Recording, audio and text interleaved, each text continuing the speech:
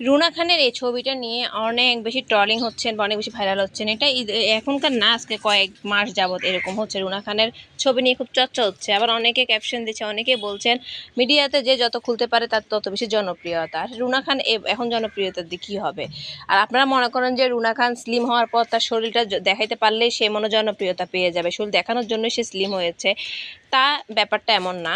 রুনা খানের আমি অনেক পেজ ঘাইটে রিচার্জ করে দেখলাম, সে আগে থেকে অনেক স্মার্ট ছিল, এভাবে এরকম ওয়েস্টার্ন ড্রেস পরতো, কিন্তু সে পাবলিকলি সেটা কখনোই দেয়নি।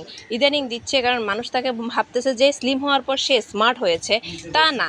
সে চরিত্রের জন্য সে শাড়ি পরতো, 3 পিস পরতো, সে নাটকের জন্য আর কি, কিন্তু সে পাবলিকলি কখনো বুঝাইতে দেয় নাই যে সে কতটা স্মার্ট। হ্যাঁ, এখন সে স্লিম হয়েছে আর এখনকার মানে যুগের সাথে তাল মিলাই সবাই পড়তেছে। রুনা খানের বয়সে তো আহামরি হয় নাই।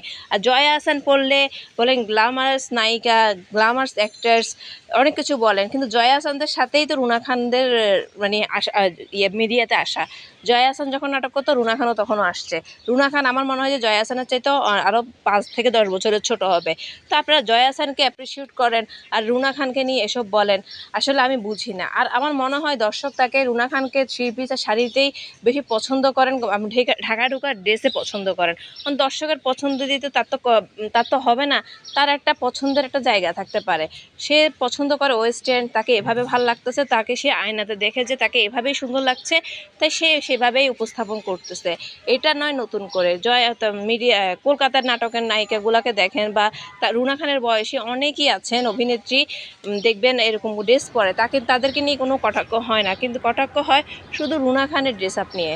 ভাই, রুনা খান আগে থেকে ওয়েস্টার্ন করতো, আগে থেকে উনি স্মার্ট। এসব নিয়ে চর্চা না করে আপনারা আপনাদেরকে চর্চা করুন, আপনাদেরকে কিভাবে সুন্দর লাগবে সেটা বুঝান।